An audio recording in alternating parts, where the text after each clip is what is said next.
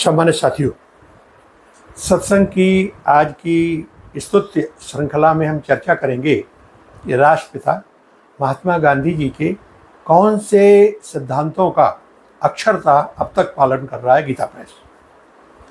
सम्मानित साथियों, ये समय था अगस्त 1926 का, जब पूज्य जयदयाल जी गोयनका, जिन्हें हम सेठ जी कहते हैं, उनके और भाई जी श्री हनुमान प्रसाद पोद्दार जी के परामर्श से ये तय हुआ कि एक आध्यात्मिक पत्र निकाला जाए गीता प्रेस से, और उसकी पूरी औपचारिकताएं उस समय जिसे हम कहते हैं बम्बई, आजकल मुंबई, वहाँ पूर्ण कर ली।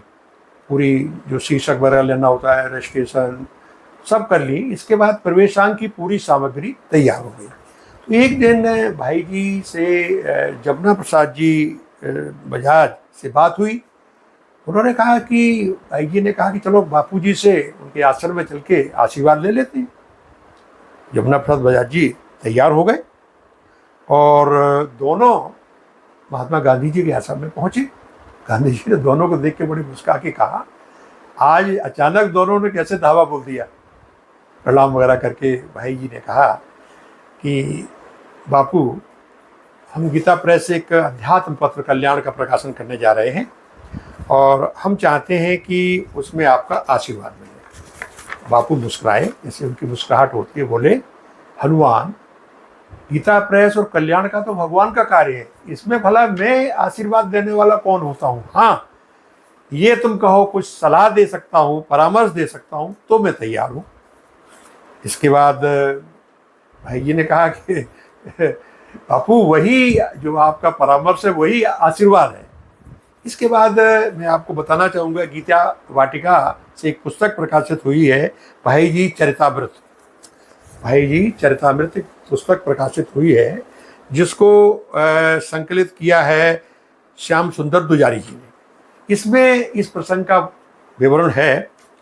भाई जी खुद लिखते हैं कि जब वो गांधी जी से मिले और जब चर्चा की, तो गांधी जी ने कहा, कल्याण में दो नियमों का पालन करना बहुत जरूरी है। पहला, बाहरी कोई विज्ञापन नहीं देना, तथा दूसरा, पुस्तकों की समालोचना मत छापना। अब अपने विज्ञापन देने वाली बात को स्पष्ट करते हुए बापू ने कहा, विज्ञापन छापने के संबंध में यह बात है कि तुम अपनी जो है जानकारी में ये देख लोगे कि जो विज्ञापन दे रहे हैं कोई ऐसी चीज़ न हो जो भद्दी हो या जिसमें धोखा हो या ठगने की हो और जिससे जनता को कोई नुकसान हो। लेकिन जब एक बार विज्ञापन आप प्रकाशित कर देंगे तो आपके साथी सहयोगी बार बार कहेंगे कि इसको आप जरूर इसको छापें, पैसे का प्रलोभन आएगा। तो जब पैसे का प्रलोभन आएगा तो फिर वहाँ जा कर के आप जनहित में काम नहीं कर पाएंगे, और इसलिए जो आपकी परंपरा है वो थोड़ी सी विचलित हो जाएगी। इसके बाद उन्होंने ये कहा कि जो पुस्तकों के समालोचना की बात है, उसमें ये है कि तुम्हारे पास जो पत्र या लेखक, पत्रकार लेखक जो भी रचनाकार हैं, वो पुस्तकें इसलिए भेजेंगे कि उनके पक्ष में आप समालोचना लिखें। और ऐसे बिरले ही लोग होते हैं जो चाहते हैं कि यथार्थ लिखें, अन्यथा सभी लोग चाहते हैं कि उनकी झूठी प्रशंसा या बढ़ा चढ़ा के लिखा जाए। इससे ये नुकसान होगा कि जब आप उनके मन मानिक या जो मन वांछित चीज़ नहीं लिखोगे तो एक अकारण उनसे जो है बैर भाव हो जाएगा, और उसमें यदि उनकी बात मानोगे तो गलत संदेश जाएगा। इसलिए मेरा ये दो सुझाव है, आपकी कल्याण और गीता प्रेस दोनों ही नियमों को मान ले तो बड़ा अच्छा रहेगा। भाई जी ने बापू को वो आश्वासन देते हुए कहा कि बापू, आपका आशीर्वाद मिला है, मैं इस पर अक्षरता पालन करूंगा। आगे भाई जी ने लिखा है कि ज्यों-ज्यों कल्याण का प्रचार प्रसार बढ़ने लगा, त्यों-त्यों विज्ञापन वालों के आग्रह आने लगे, और एक बार जब इसकी संख्या 1 लाख से ऊपर हो गई तो अचानक बहुत प्रभावशाली लोगों के विज्ञापन आना, उनके वो संकेत आना शुरू हो गए, हमारे पास उनके दबाव आना शुरू हो गए, और इसी तरह समालोचना करने वालों की पुस्तकों की बहुत भारी संख्या में हमारे आ गए। लेकिन मैंने सबका बड़ी शिष्टता और बापू के सिद्धांत का उदाहरण देते हुए हमने उनका मुना कर दिया। हालांकि दबाव बहुत पड़े, लेकिन भगवान ने रक्षा की और मैंने इन तमाम जो बापू ने बताए थे सैद्धांतिक नियम, उन पे मैंने पूरा ध्यान दिया है। आगे अभी मेरी गीता प्रेस के व्यवस्थापक जो बहुत ही विद्वान हैं, सुनामधन डॉक्टर लालमणि तिवारी जी से बात हुई, तो उन्होंने कहा बराबर वो सिद्धांत आज भी हमारी प्रेस में, कल्याण में पूर्णतः पालन किया जाता है। किसी भी पुस्तक में कोई विज्ञापन नहीं छपता, ऐसे ही कल्याण में कोई बाहरी विज्ञापन नहीं छपता।